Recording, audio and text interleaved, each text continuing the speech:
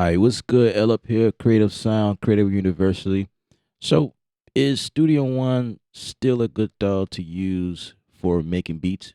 Of course, absolutely. I would agree. I think Studio One is one of the best, you know, platforms to make beats. And to be honest with you, despite the issues that I have, I usually go live. I stream using this, but I also go live streaming using Ableton Live and Bitwig.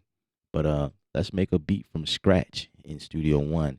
I'll do the best I can to uh, explain what I'm doing, but also we're gonna try to create a full beat. So the good thing about this is, you know, I like going from linear. Like I'm a linear person. So first of all, let's activate some of these things that I think is very useful. So the ruler, it basically tells me how long my song is, and then the arranger is one of the things that I use a lot. So this is like the holy grail. I feel like, um, and you can't find this nowhere. I maybe Reason. I remember Reason having something like this, like Block or something like that. But I think this is one of the best things that Studio One have is working from arranger. Anyway, um, drag and drop.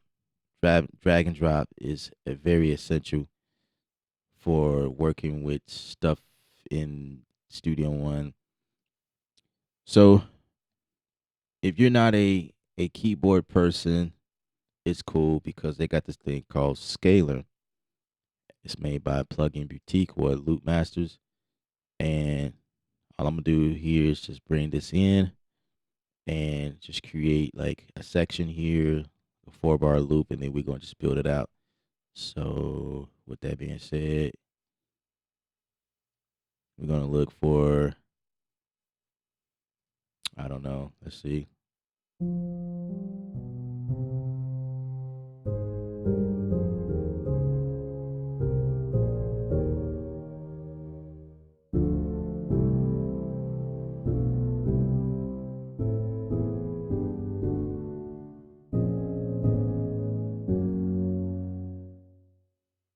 See what else do we have? Let's go to R&B.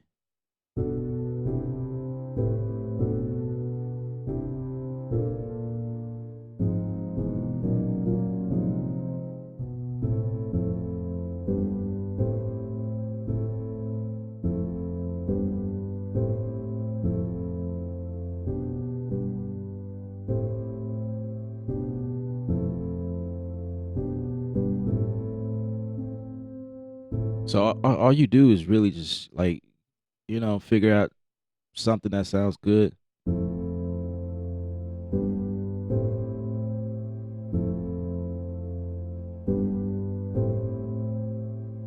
I like that. So I'm gonna lay that down. 1, 2, 3, 4. So I got my tempo. Let's tap the tempo. 2, 3. Oh, first of all, let's turn on my metronome, my I don't know what you call it. Before it records. 2, 3, 4.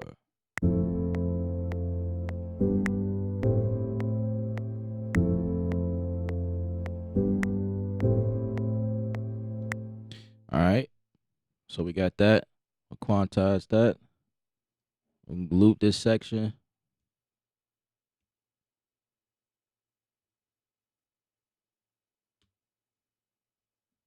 Actually, what I'm going to do, because I want the chords to come out. So since I did that, I could go ahead and capture the MIDI. All right. So I'm going to stop this and drag that over.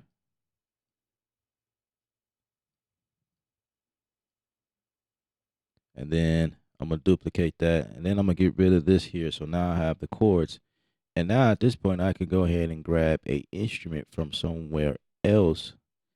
And typically it might be something from like Contact or something like that. So I'll drag this on the same track as I put this MIDI information here.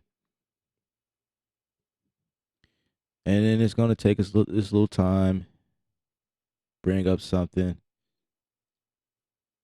I could have used the piano sound that Scala gave me, but I typically don't like using their stock stuff. However, there was one time I did use it though. But let's go for the 40s keys. I think that's cool. And let's see what we come up with.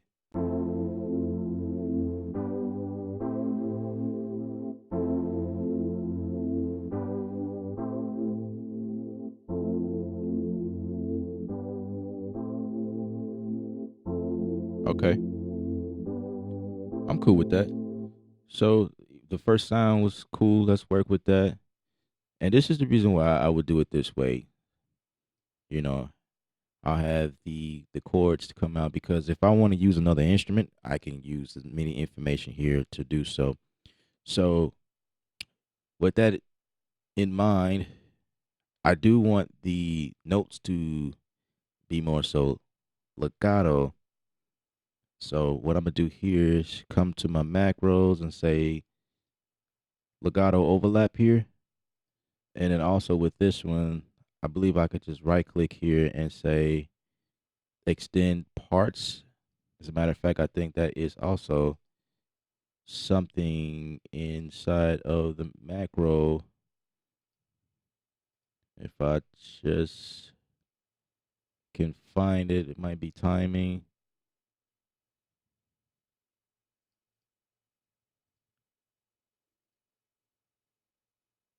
I thought it would wait.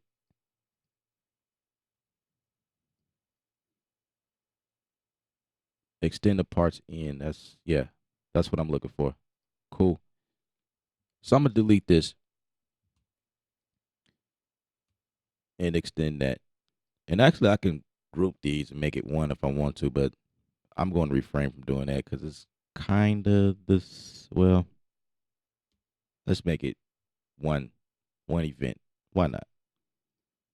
And basically, all I did was right click, and it's the command called merge events.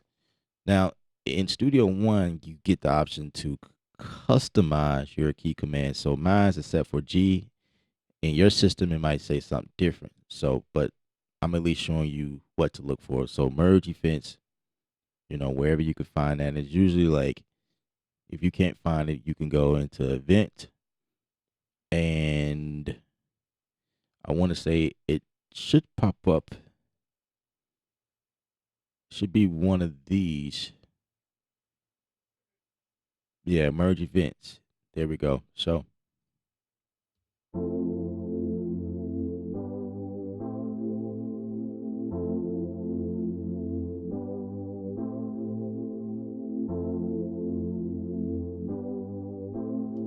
right. So I am feeling like the next instrument can be maybe like a Butch Vig instrument. The cool thing about Contact is it allows me to continue to use instruments in the same instance, which is, and I'm gonna show you the reason why I like using Studio One is because of this purpose alone. Because I like using Contact a lot. It just handles the routing a lot better, in my opinion. I'm gonna go ahead and save this, just so we are, you know, sometimes Studio One likes to crash on us. So to avoid losing work, I like to save multiple times. But anyway, I'm going to duplicate this here, and I'm gonna go to the event input 2. Now these two here are essentially the same, like associated with the same track, essentially, but I'm changing the MIDI routing.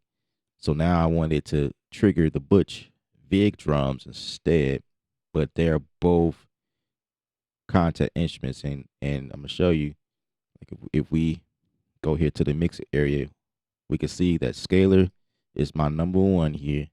And I can go ahead and delete that, as a matter of fact, because we don't need it any longer. We already have our chords.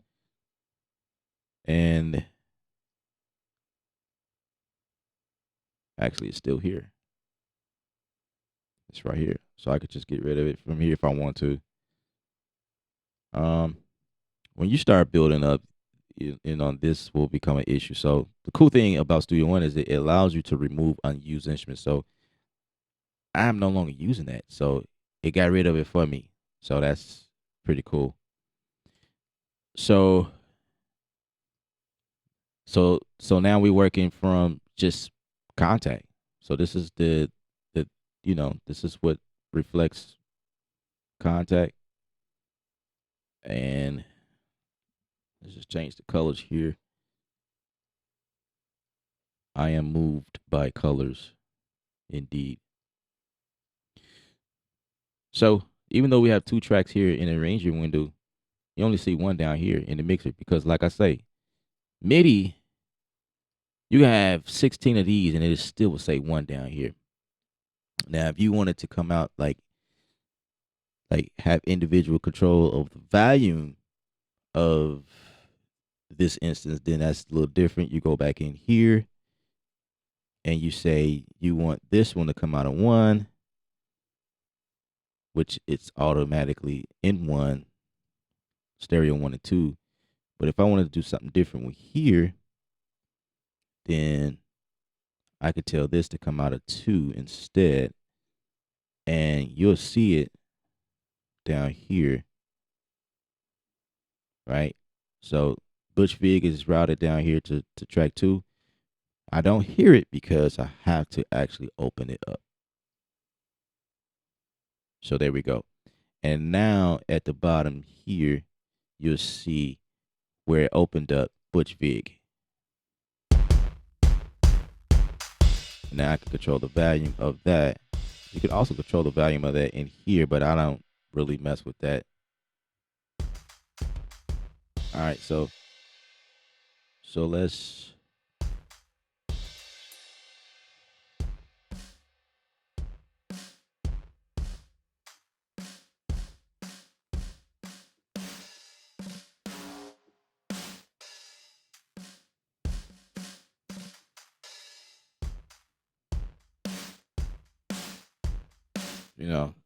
probably something like that. Let's play with some other presets.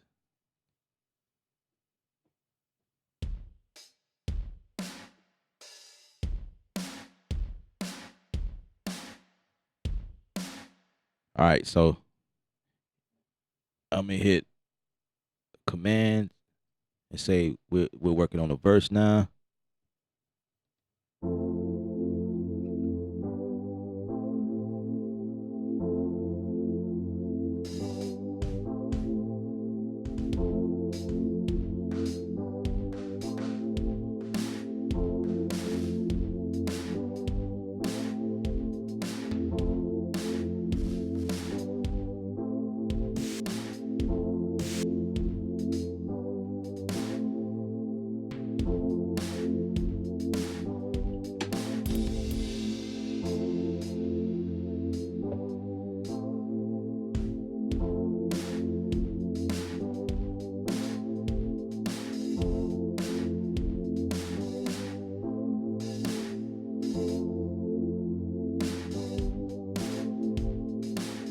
Okay.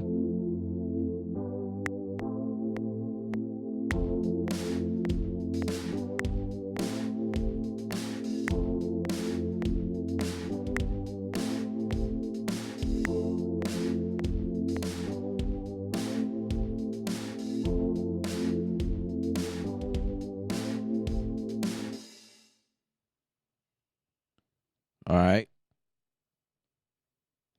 So something that happens pretty common, like if you ever deal with that where like you start recording in the middle of it and you're trying to catch like a 1, a beat that's supposed to start at 1 or at the tip of the event, typically it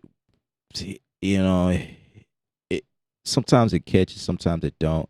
So here's my kick right here that I didn't want to play right there. It's supposed to play right here in the beginning. So sometimes it happens like that. So I'm gonna go ahead and quantize this.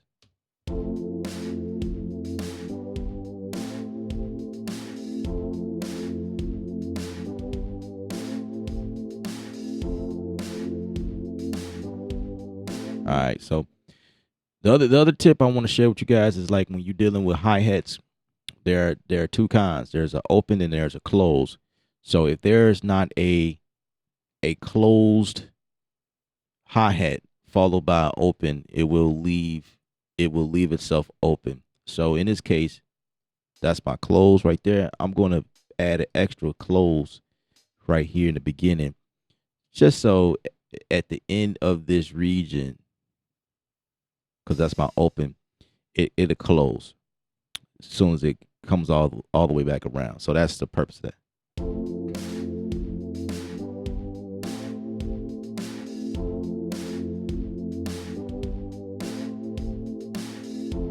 Just like that. Now, if you're looking at this, it's easy to mess with the volume here. Like I just wanted to increase the drums just a little bit more. But when you do that, you increase the volume of both at the same time. And the reason is because remember, these both of these talks to the same instrument. And that's the reason why, you can't do that and you know what I mean, have separate control over the kicks. You only can do that in the mix area. That's the thing about this here, and it works like that across all DAWs. Um, I feel like that's something that could change. Like, please change that. Like, if like I want separate control, give me separate control. So if I mess with the volume here, it should just only affect the MIDI notes that reflects whatever that this is routed to. So one day maybe this could change. I don't know. But for right now,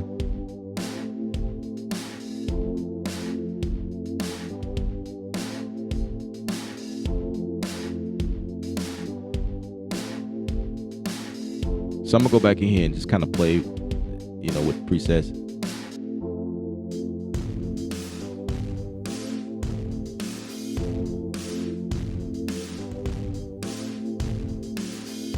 Just thinking, just taking a moment.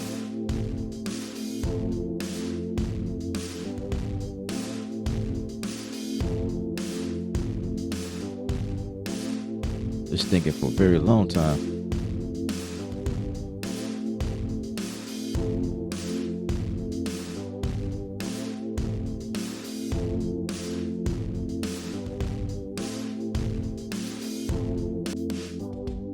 All right, so I got something decent right there going. And I'm gonna show you the power of routing things out.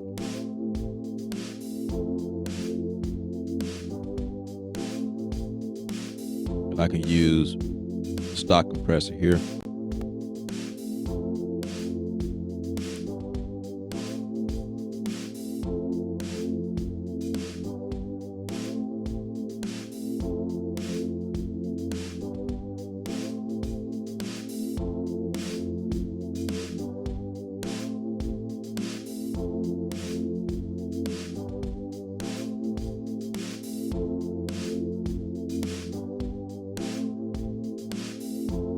Bring this down just a little bit. Then I'm gonna go in and turn the kick up.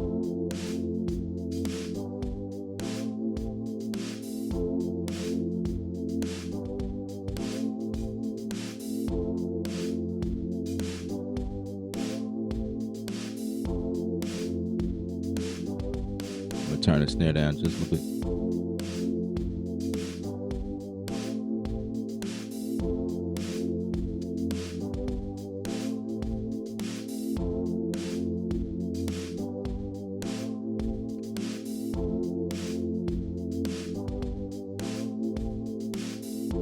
All right, that sounds good to me. So I'm gonna go ahead and save this. Yeah, let's keep going.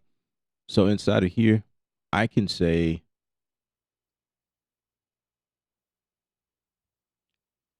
let's go for the prime bass.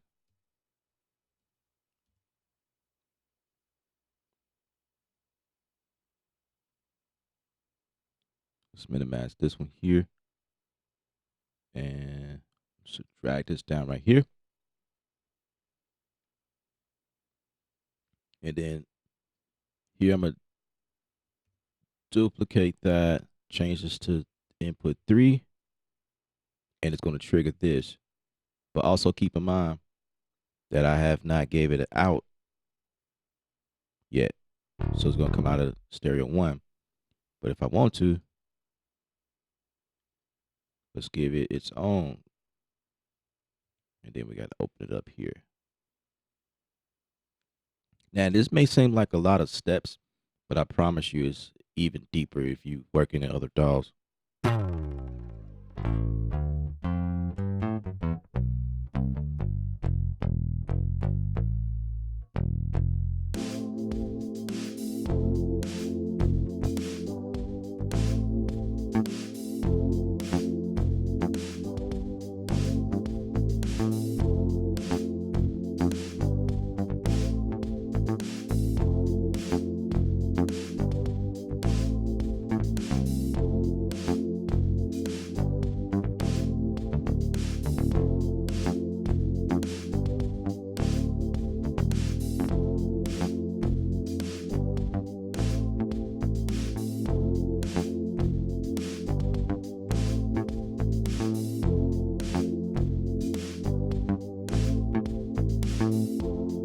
Okay. Oh, see what it sounds like in the beginning? Sometimes it's good to do that.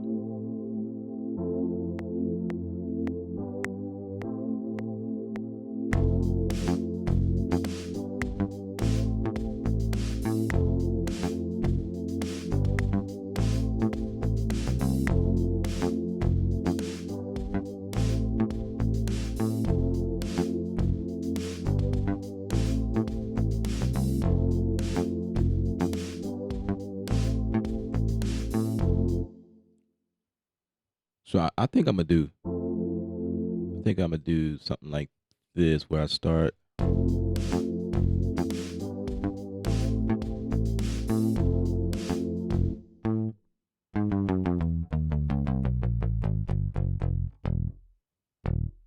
Yeah, something like that.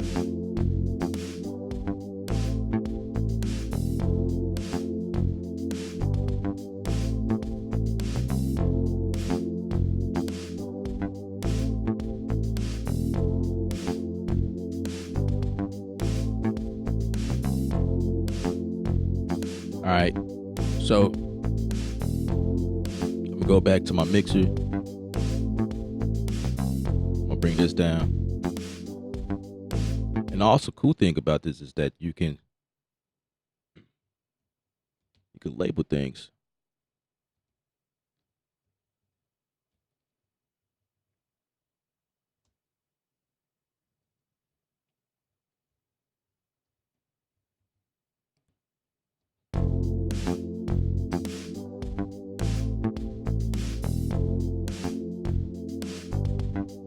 And I'm gonna just drag this compressor.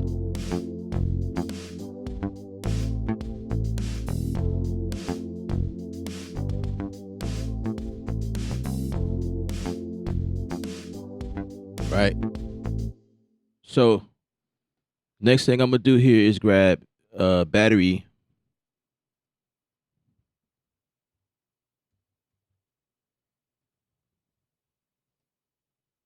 Of course, battery will be in the instrument section.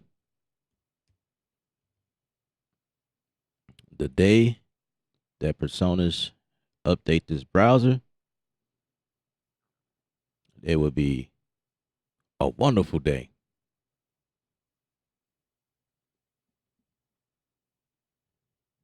It will be a wonderful day. But for right now, everything is broken up between instruments, effects, loops, files. It's great, but it would be nice to just type in whatever. Just go to the browser and just type in and it just, no matter if it's an effect or not, it just comes up in a way where it just is smart. Like, oh, okay, yeah, you want battery. It's not an effect. It's an instrument. So we're gonna find it anyway. That would be pretty amazing. Anyway, so what are we looking for? So we could start off. I'm trying to think of what instrument or what pack will I need.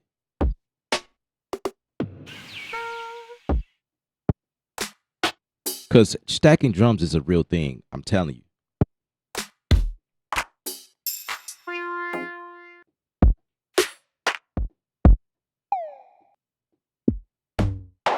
And you just gotta pick the right one, you know.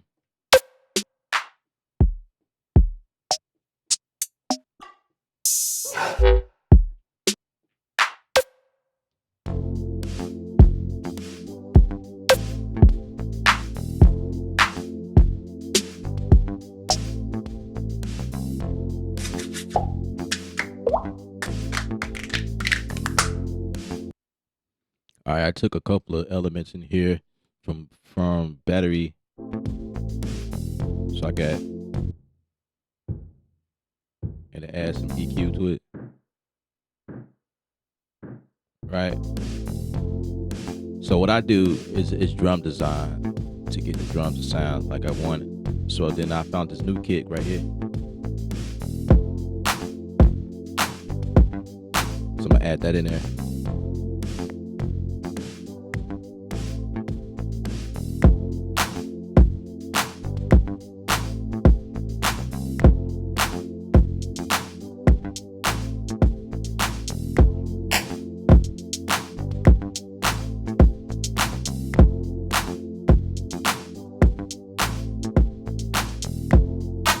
So okay, so you heard that weird sound? Cool, no problem.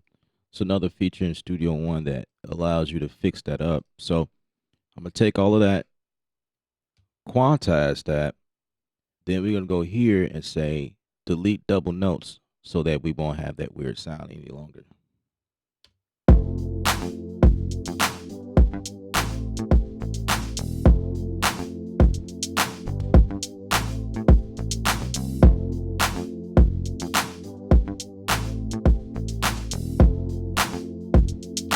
All right. So I'm gonna do something else that Studio One allows me to do, which is explode to pitches. And it's basically explode to pitches. You find it somewhere in here. It's always somewhere in here. It's just a million things. And this is what I mean by advanced MIDI stuff.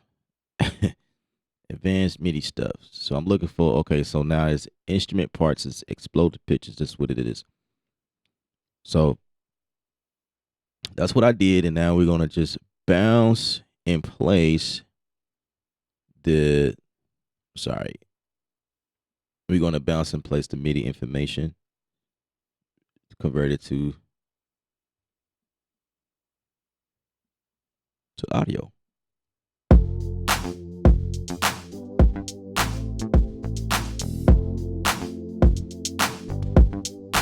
So now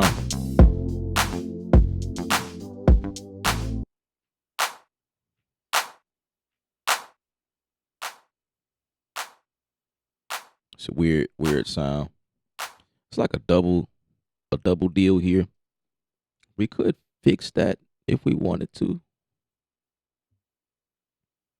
We could do several things here where I can time stretch this, like cut it. I think that's what I'll do. That's probably the better concept here. So I can time stretch this to give me a something more solid like that. I'll take that and then put this right here because it sounded like it was tripled.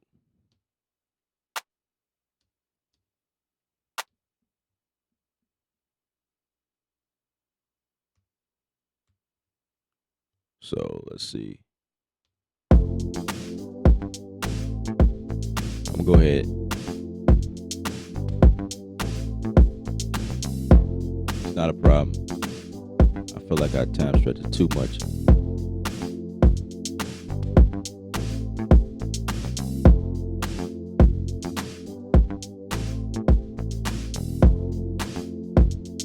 That's a little better.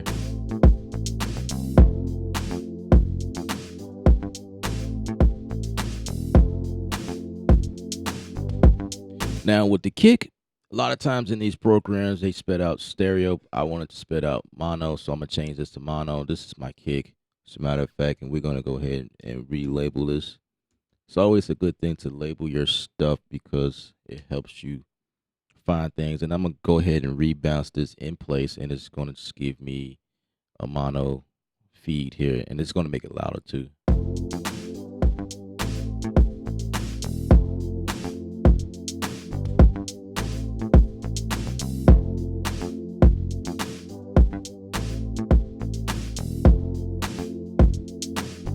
So the other thing is, it is a good idea to just start putting things in perspective in terms of like your drums. So I'm gonna pack this in place and then give this a bus. Right, and then now what I just did was I made a folder and then I gave it a bus channel. And if you don't do that, it's just going to be a folder, but not have its own lane. Like you wouldn't even see it down here. It's kind of like with the deal with when we was dealing with the MIDI up here. As a matter of fact, speaking of labeling everything, let's just label that chord. It's supposed to say chord, but cool. I could deal with that. No problem.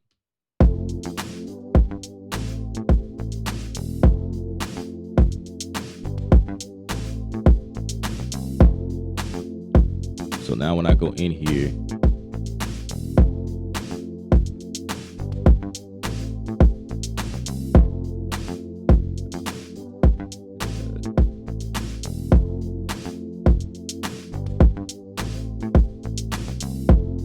okay, I'm cool with that. So we got a couple of MIDI drums in here, which is fine. This is my method. It's what I like to do. I like to leave one instance of something if I'm using it like quite often, instead of having like 50 battery instance of battery up. I'll just use one and just bounce in place. It's a faster workflow for me, to be honest.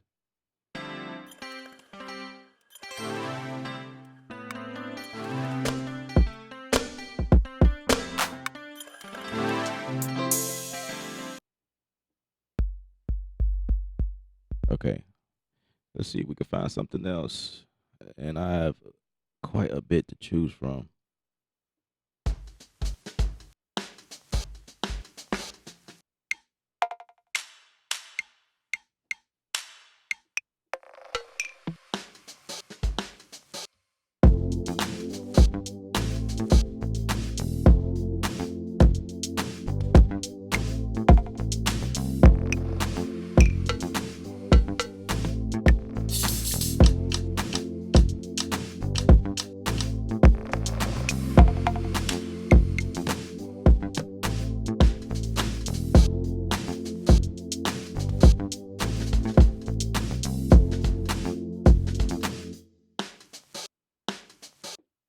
So I like that one for right now. Let's see if I can get it to speed up.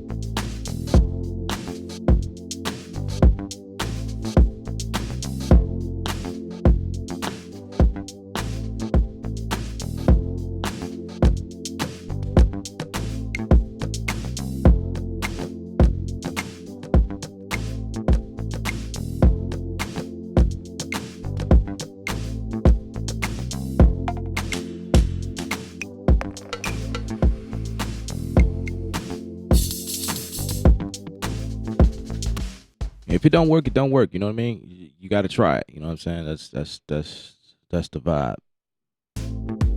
All right, we changing the kick and the snare. We're using Eden from Eugen.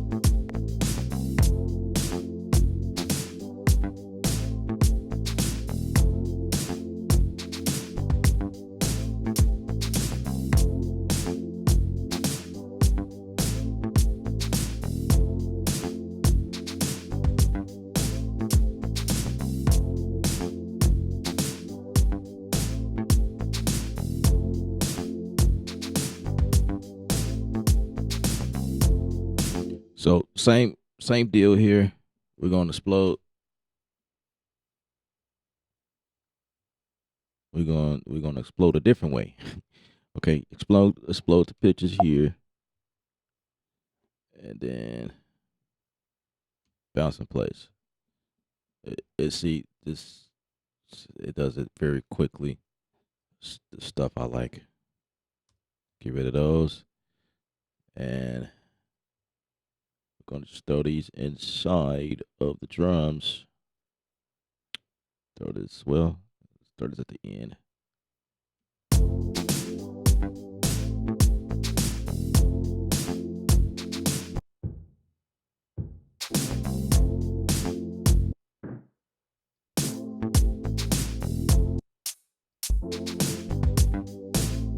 So now the volume over here becomes individual.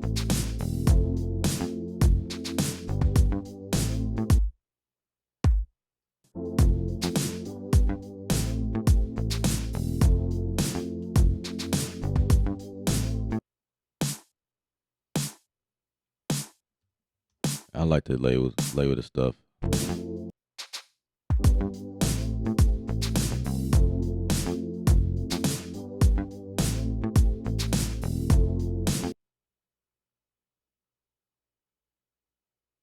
Okay, so that's nothing on there because we extract all of the everything we were doing. All right, cool.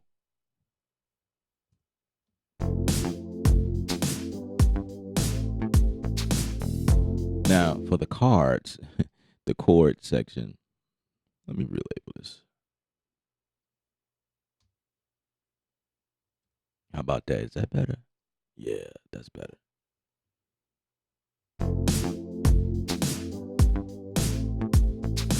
All right. So we're going to the intro, and then we're going to hear what it sounds like in the verse.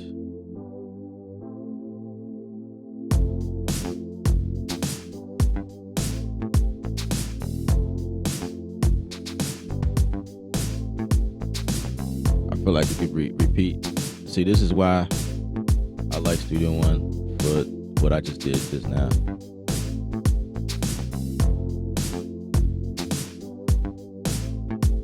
So I can make this one. And this is why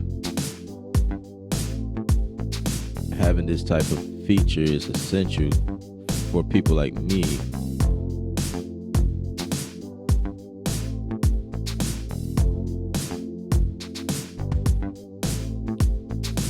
You know, colors does wonders.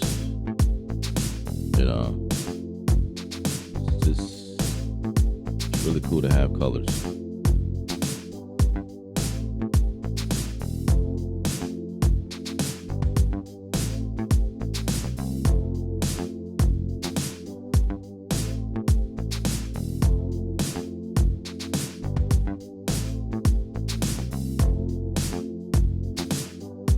All right, so with that being said, that's one section.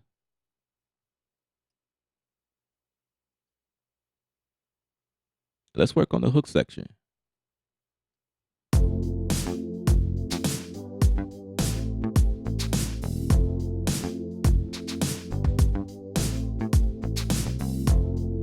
So I'm thinking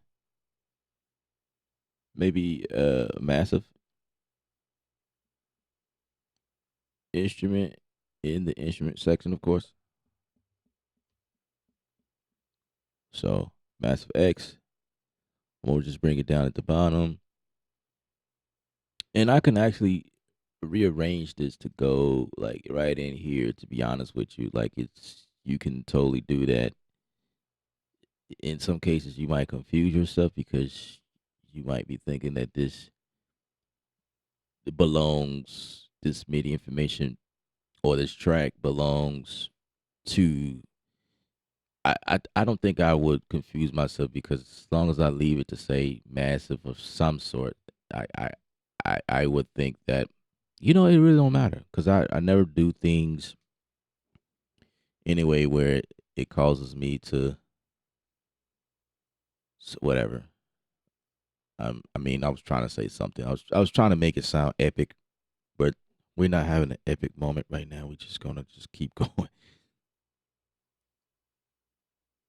So in this case, we're gonna take these chords, copy them down, and it's gonna come up with something cool. Except for that, that's not cool.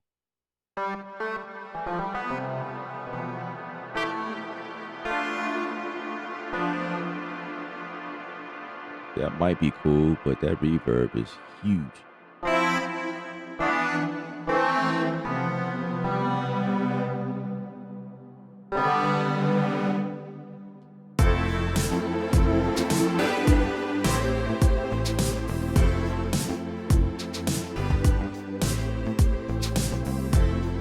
That sounds cool.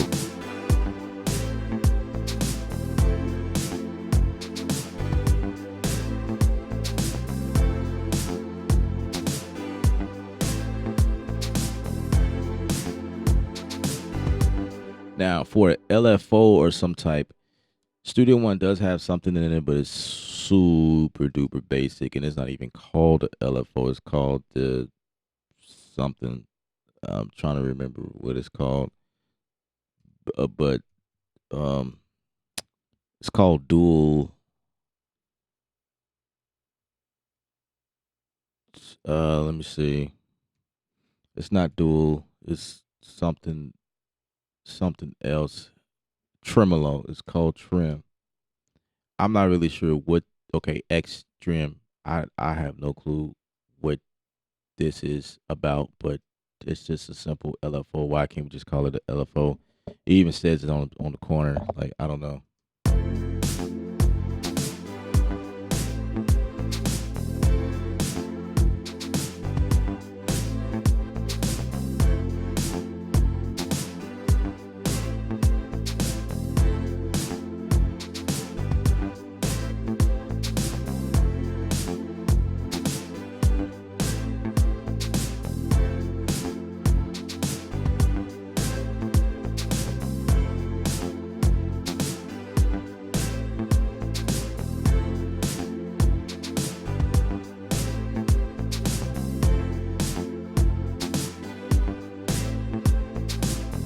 All right, so this is probably a good time to take out the bass, or just leave it in there. I'll leave the bass in there and add on top of that, because that's just what we do. So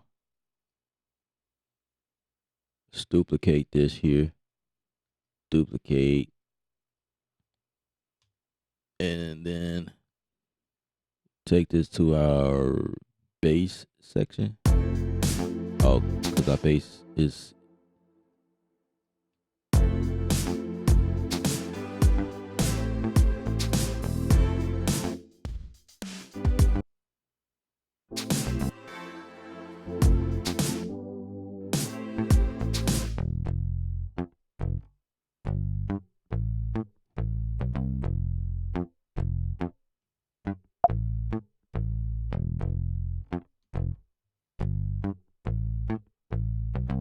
bass is right here.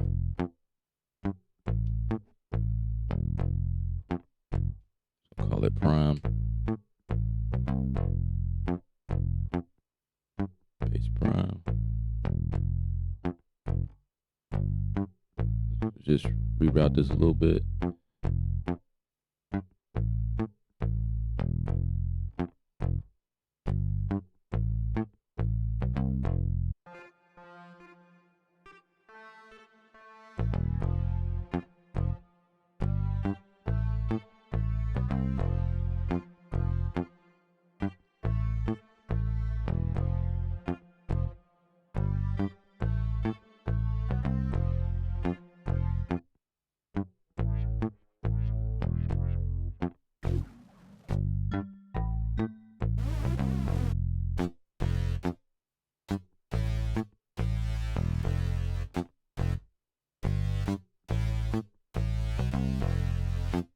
That is kind of cool. I like that.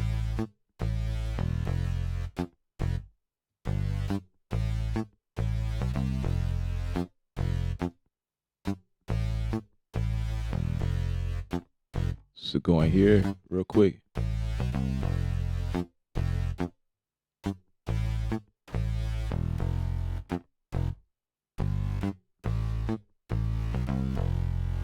Actually, I want it to sound a little more richer than that.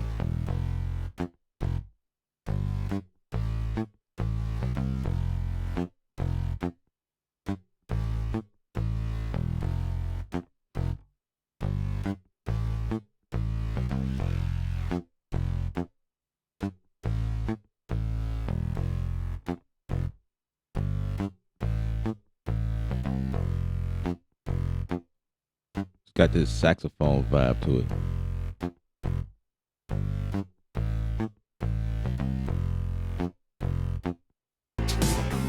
Alright, so I found the bass that works with what I'm trying to do here. So we're gonna go like this.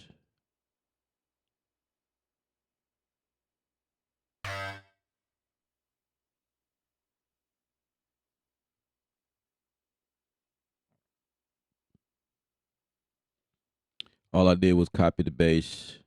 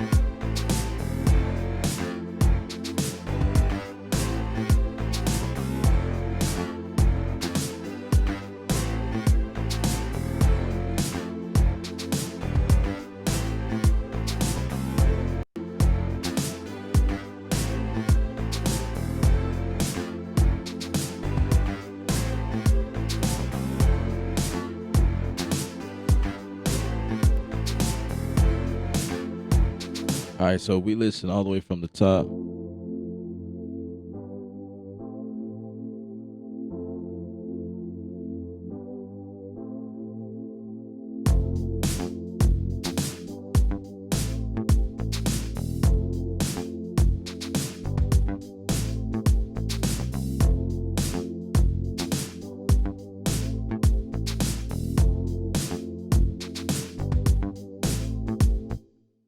All right, so we're going to duplicate that one section.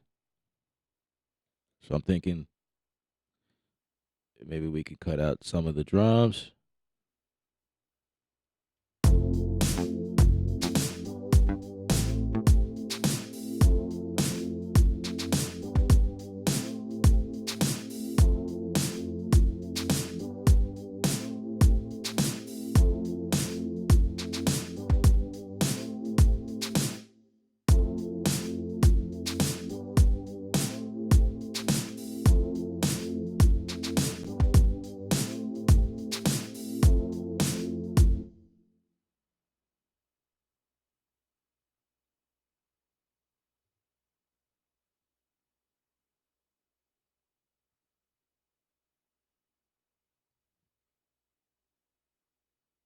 I did this earlier, but I changed out the kick, so we're doing it again.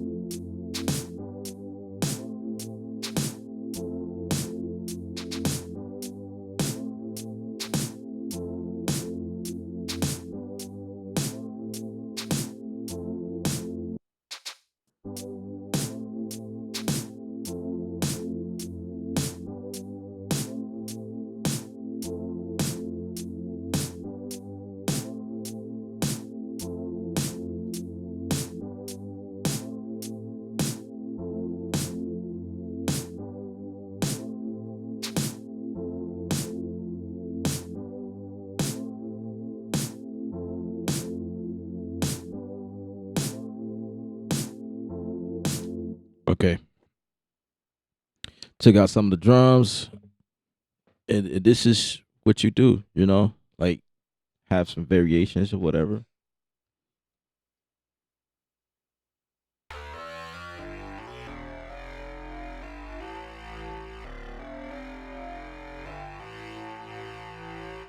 So maybe we could duplicate this here.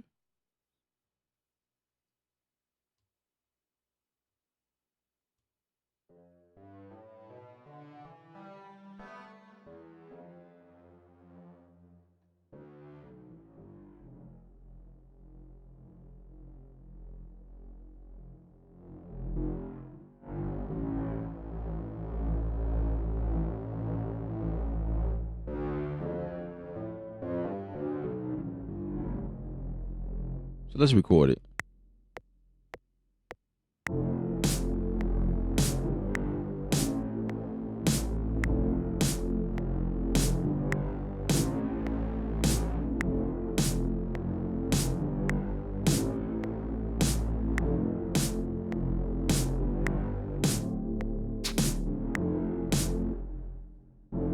Little variation.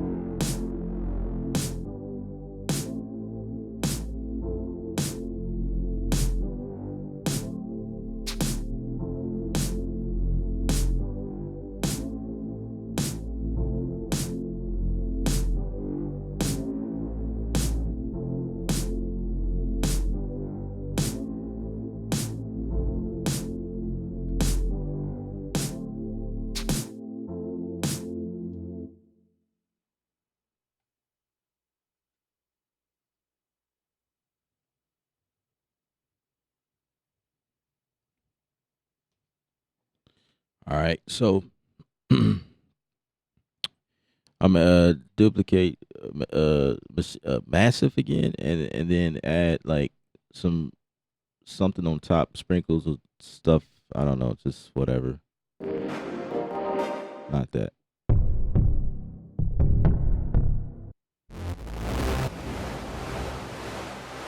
Maybe some.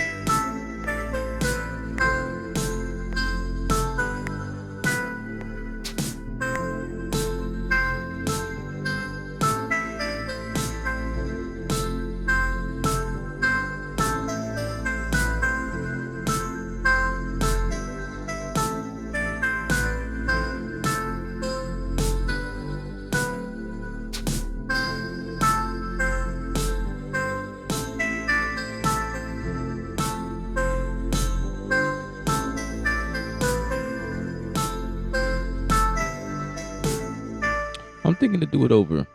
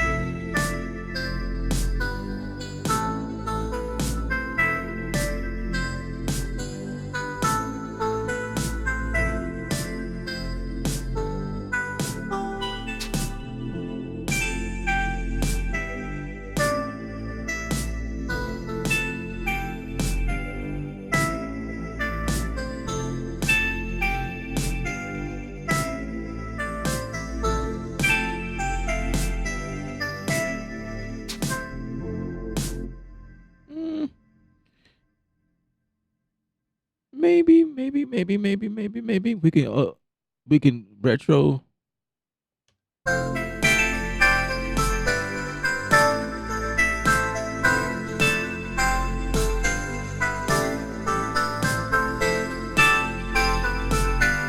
That's crazy.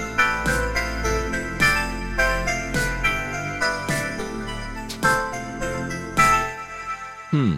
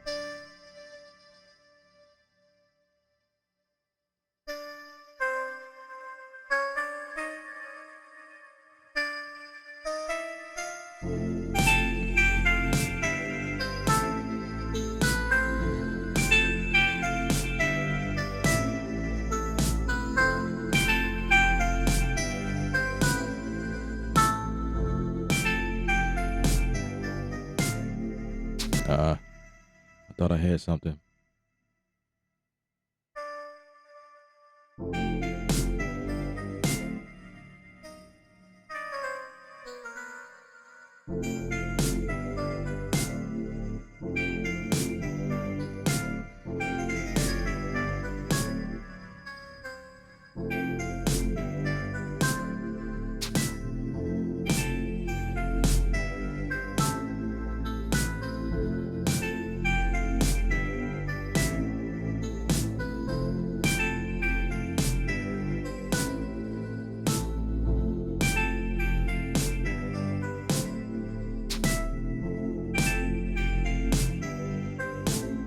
Okay. I think I like that.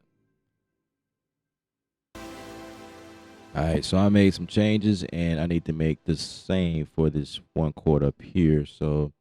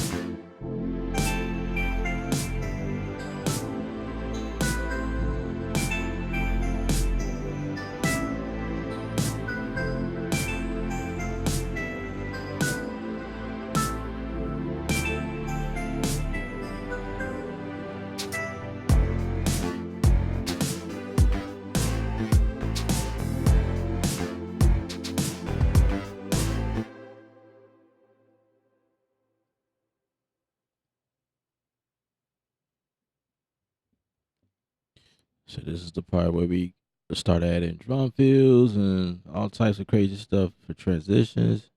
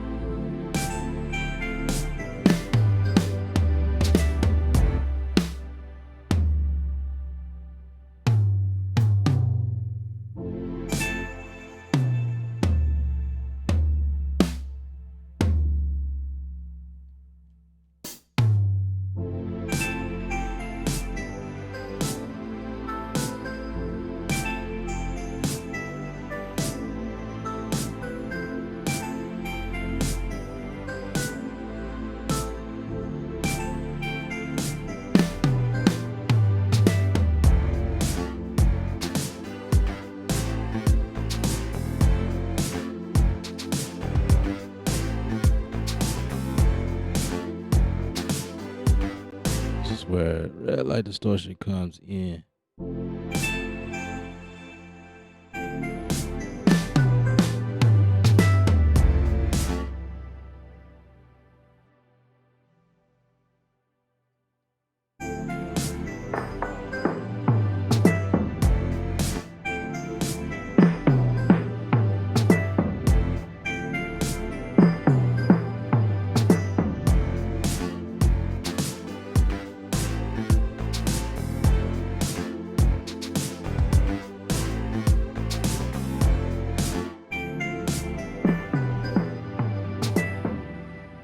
Okay. There's definitely like these. This is a part that's just a little bit confusing because now I want to add a group to some of this stuff here, especially to this one. Well,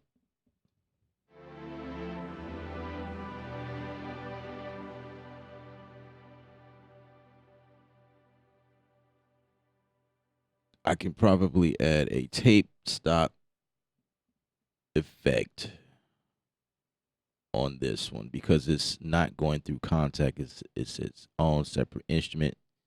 And then I could say, let's just turn on the latch for this one. Startup time 0.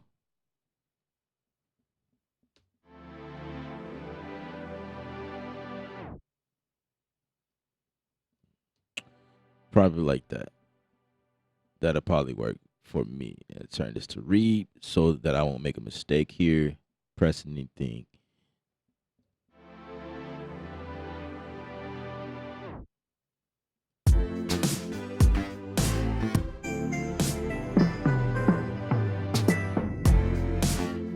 You know, something like that.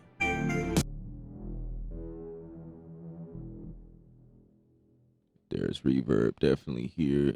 I don't plan on going any further than this, so we're going to take that last the transition note here.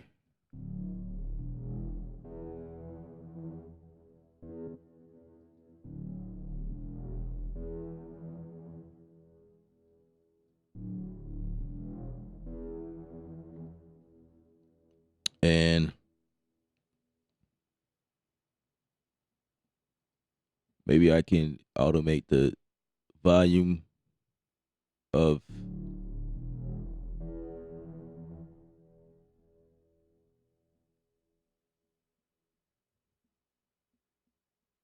let's say, can we automate that?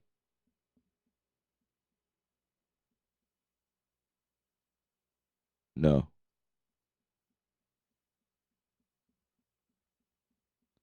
Yeah, you can't automate that there. So,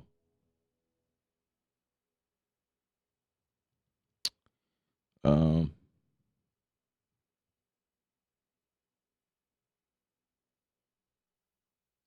so I have to grab a tool, a mix tool.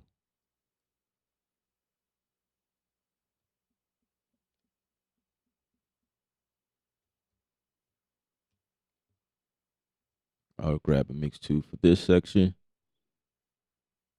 Let's say edit the gain here.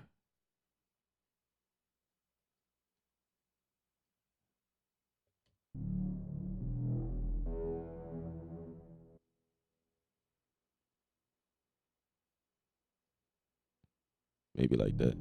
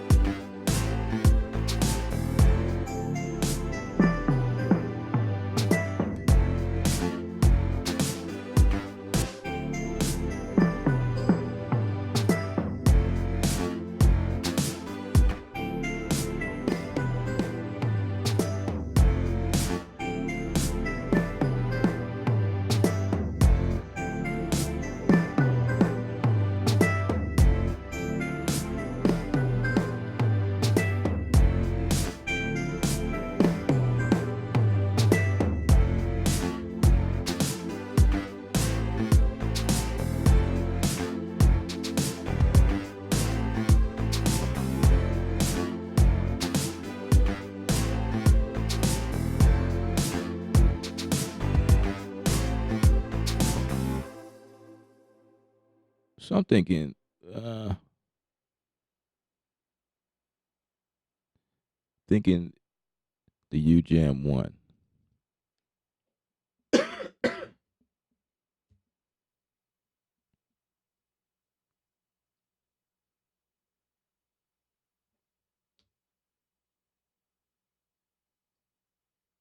Dynamo.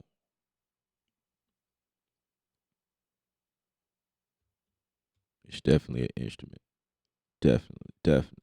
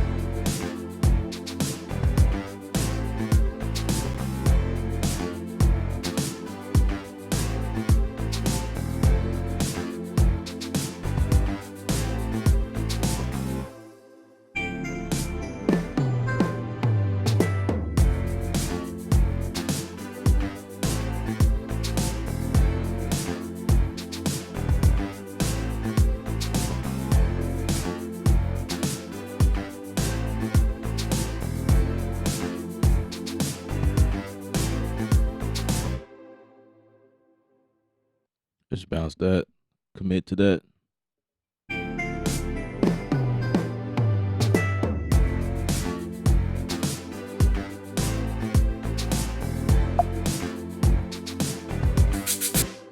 Normalize that.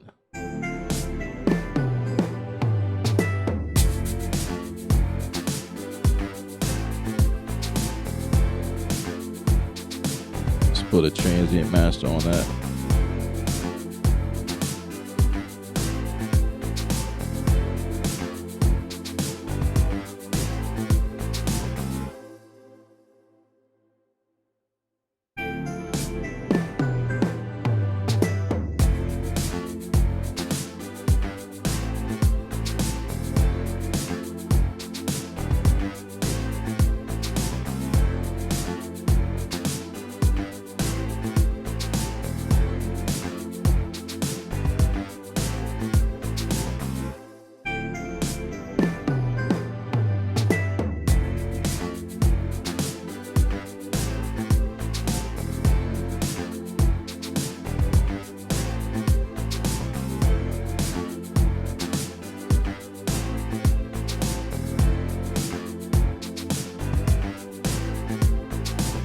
All right, so it sounds cool, but it's lacking quite a bit of things. Now we're about to enter into the mixing portion where we like get the drums up a little bit more pronounced.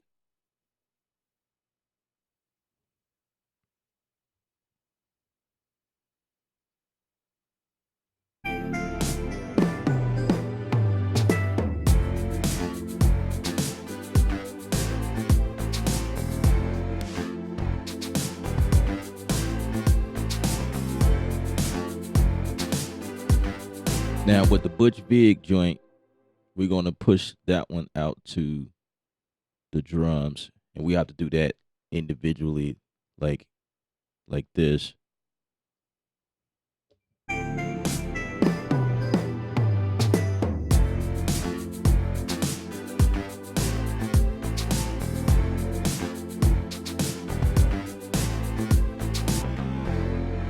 Right, cool.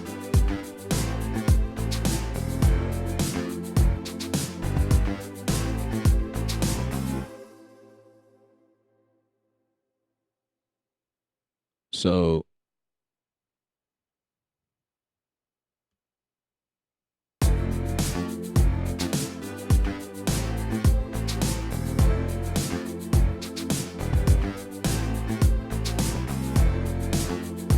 I'm gonna add a compressor.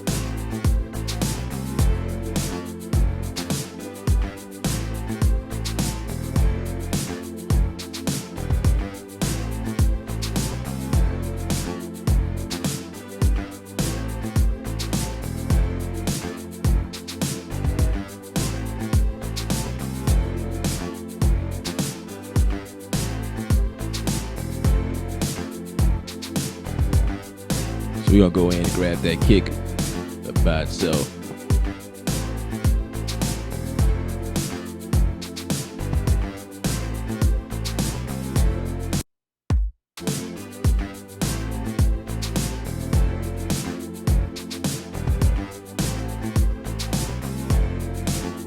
Yeah, let's put a compress on it.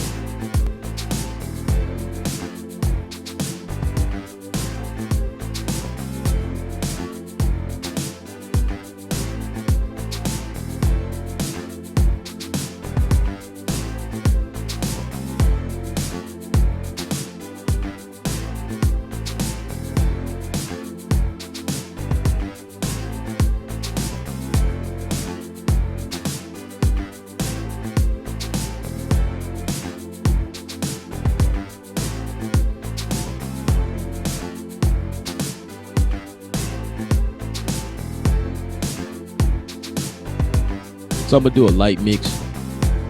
I ain't gonna go too crazy with it.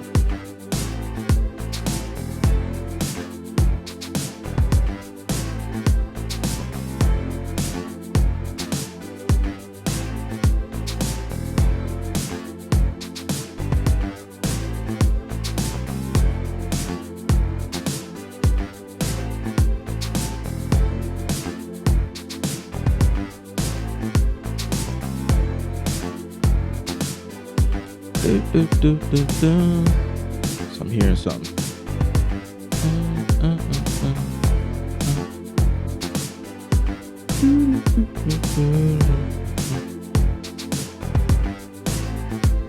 Let me add that right quick.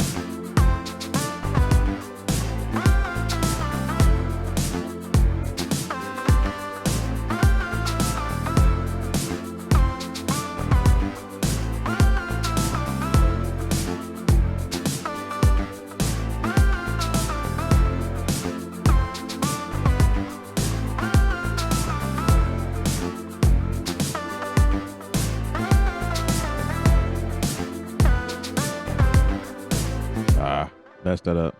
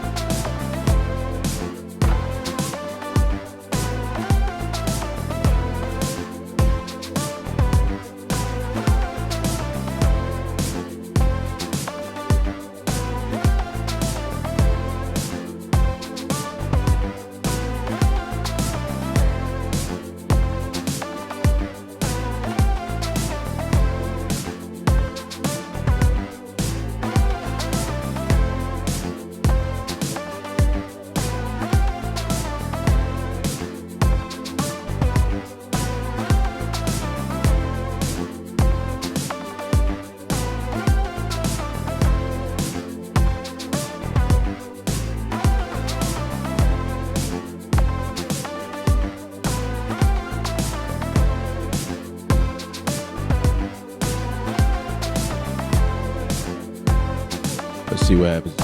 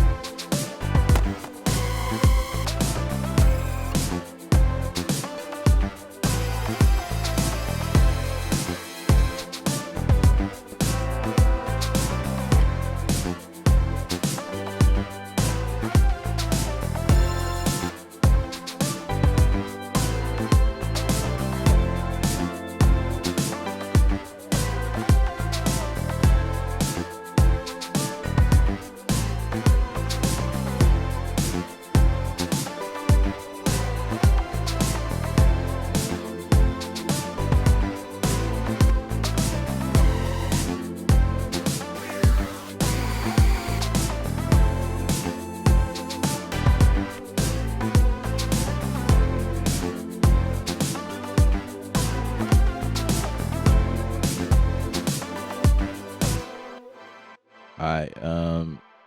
I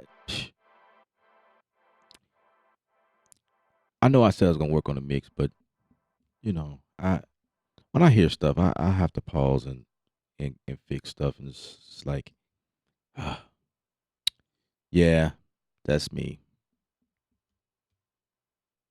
So I'm gonna go for this one shot or this thing I put on beats usually. Turn it down.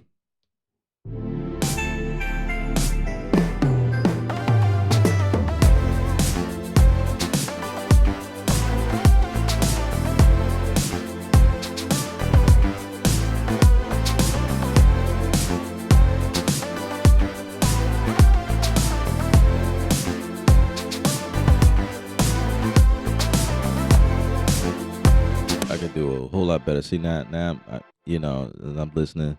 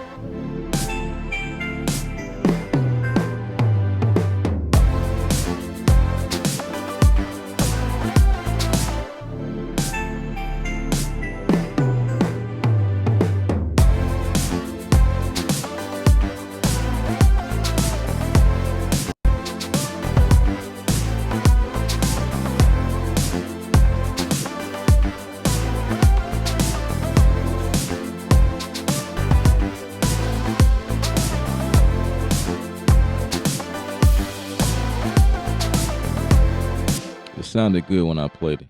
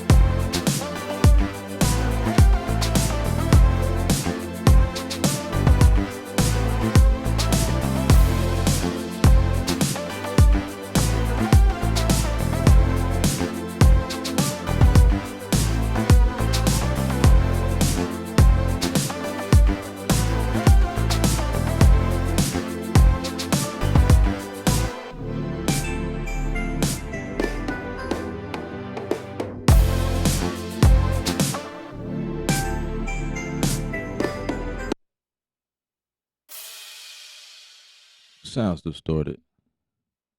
I don't know if I like it.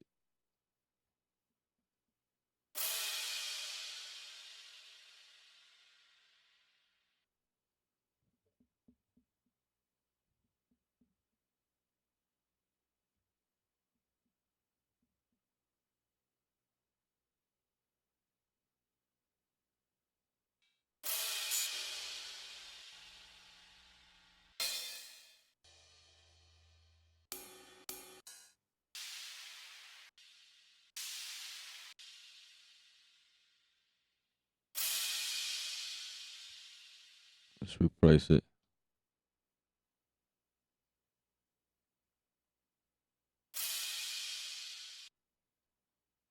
Sounds horrible. Or maybe it's because of the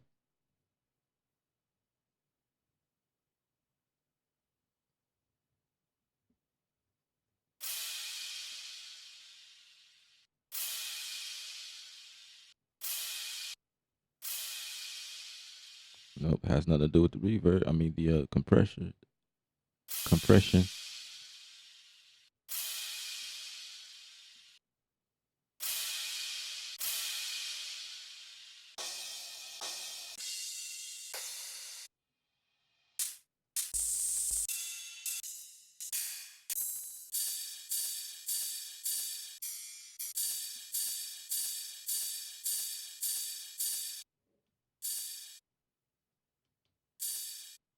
That's all I get.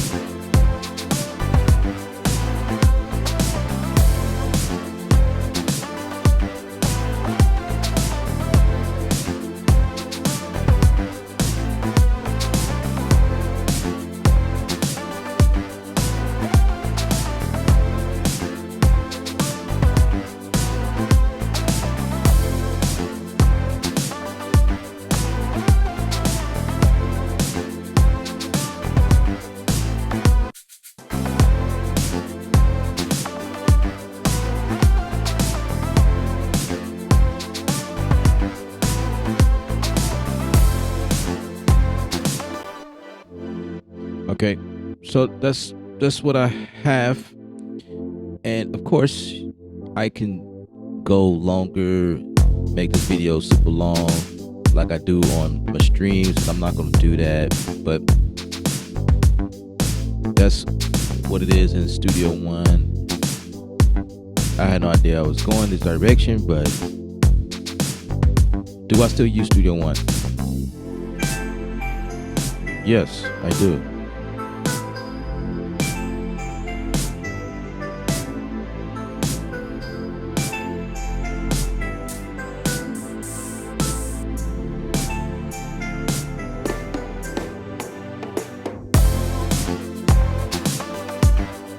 And wow, I like that. whatever that was. See, stuff like that, and I continue to be distracted. So it's a good thing. It's a good thing because I can keep filling up the beat. Um,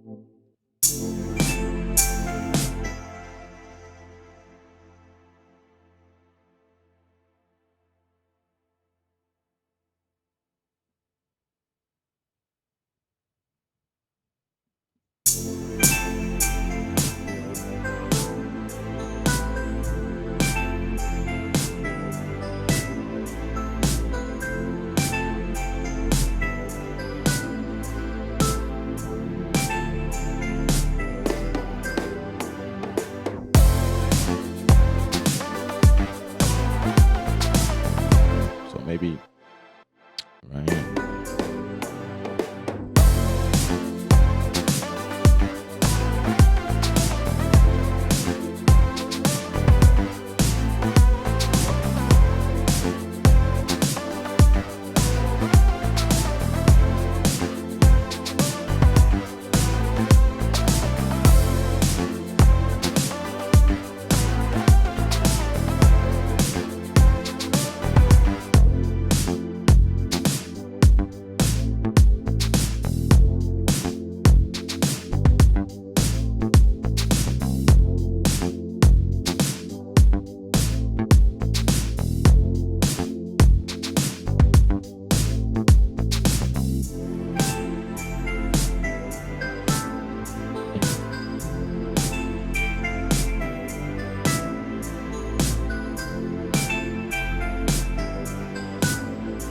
So maybe.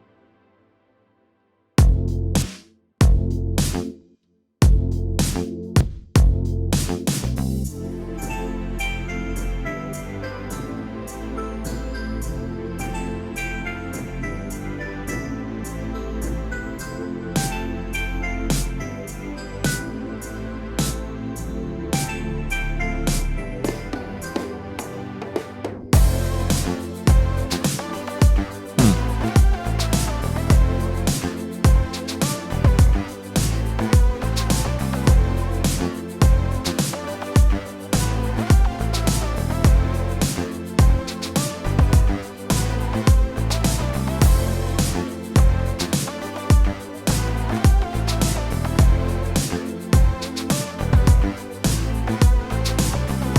Okay, hold on.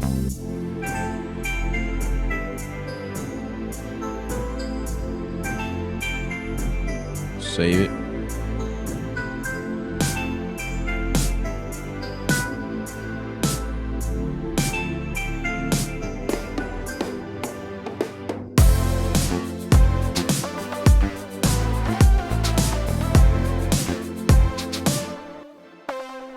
I'm thinking, not right there.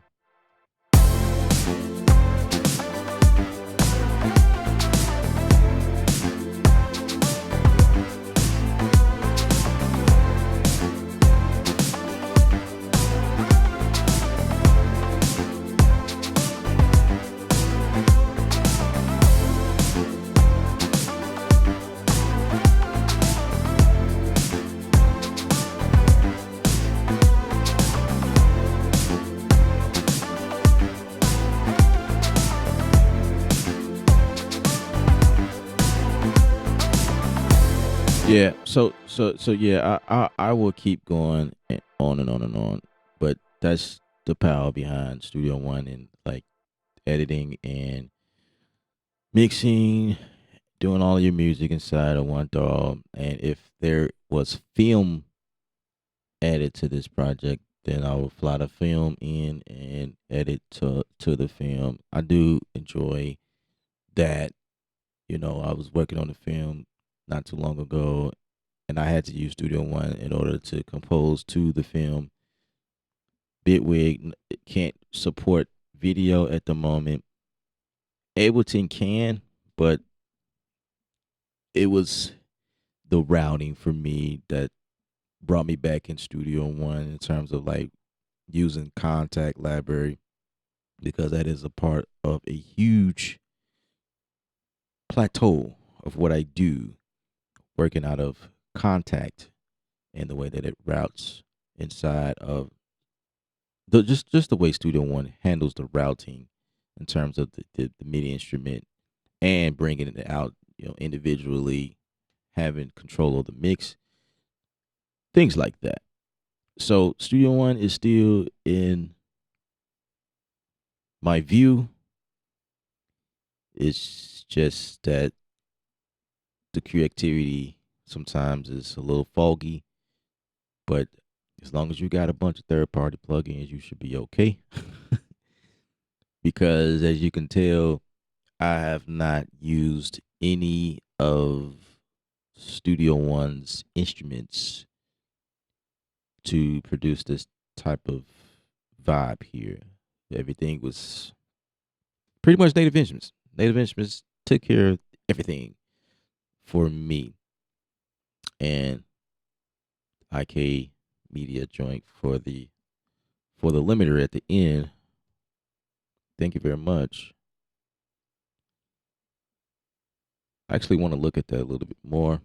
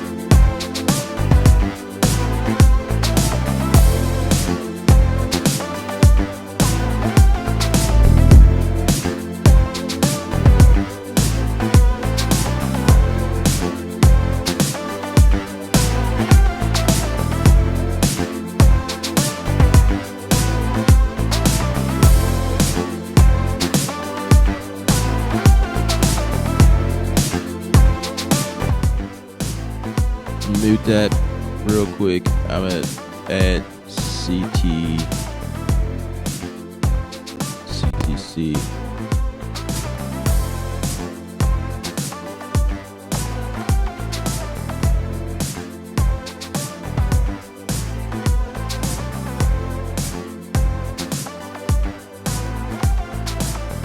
I kind of like that, the way that sounds.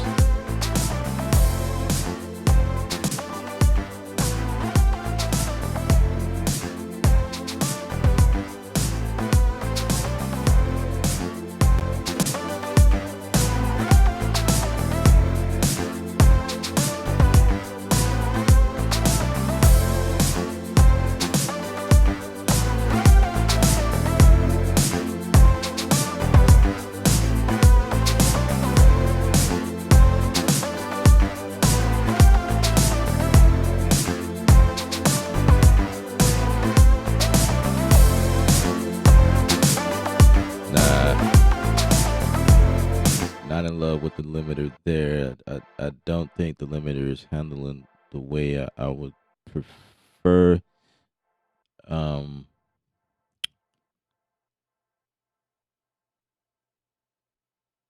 So that's when you go to another limiter, of course. Let's try a brick wall. Let's turn this one off.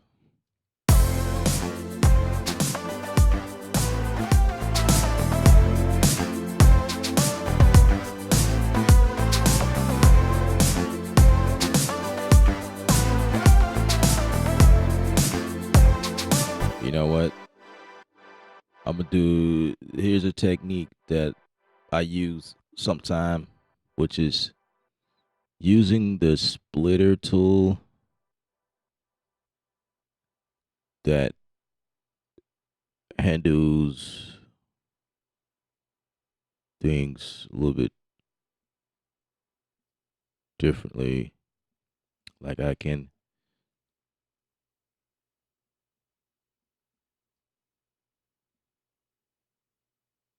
probably put a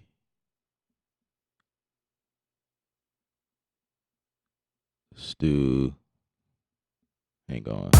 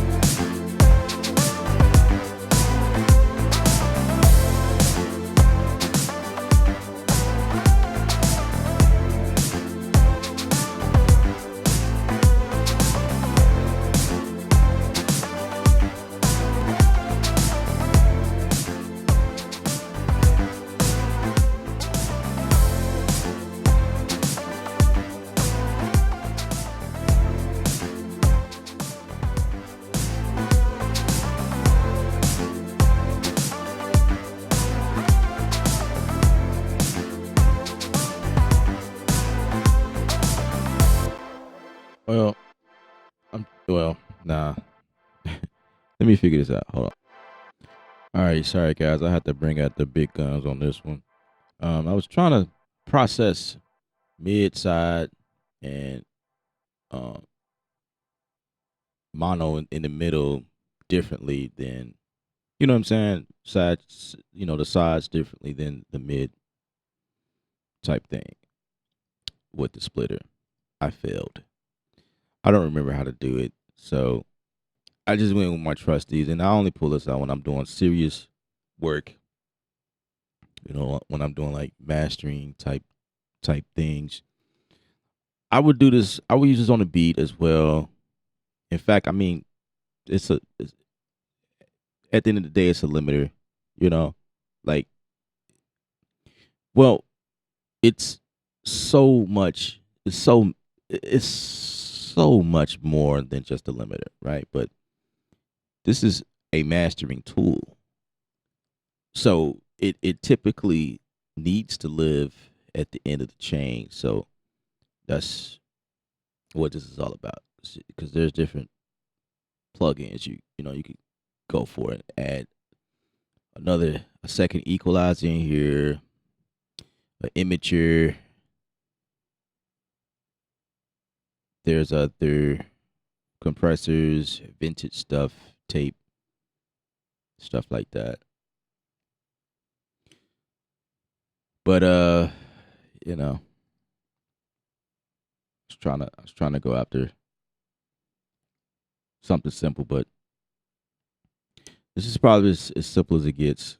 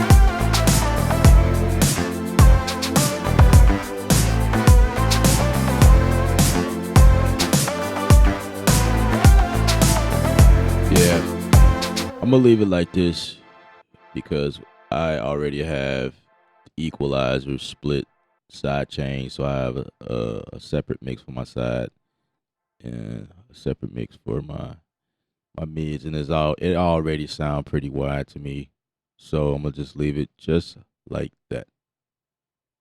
So that's pretty much it in a nutshell, guys. Um, you know me, I just like sharing what I do and hope that people can learn from it. When you making beats, I don't have no manual book, you know, that I follow. It's overall the same concept every time I make a beat, but it changes all the time because it's it's all about feeling and what you feel like needs to go next, and you grab for instrument or effects. It's all about what happens. According to feeling.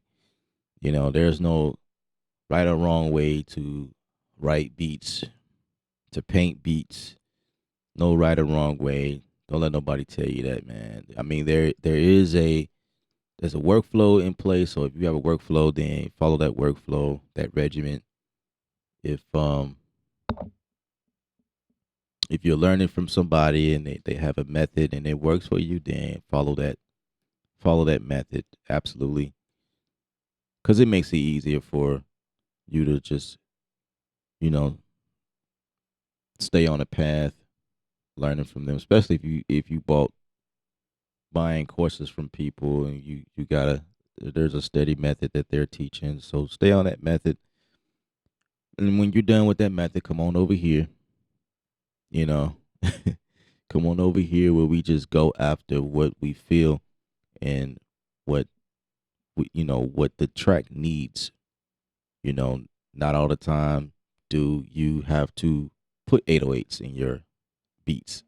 You know what I'm saying? That's you know, even though you may love 808s, you don't have to always try to fit an 808 in your beats. Even though you might be just a trap producer, you don't need to always put an 808 in your beat.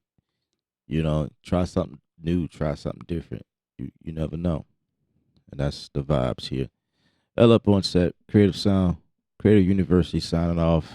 Remember, guys, music is argued artists. Paint your pictures, stay creative without rules. Hope you like this beat. Hope you liked it.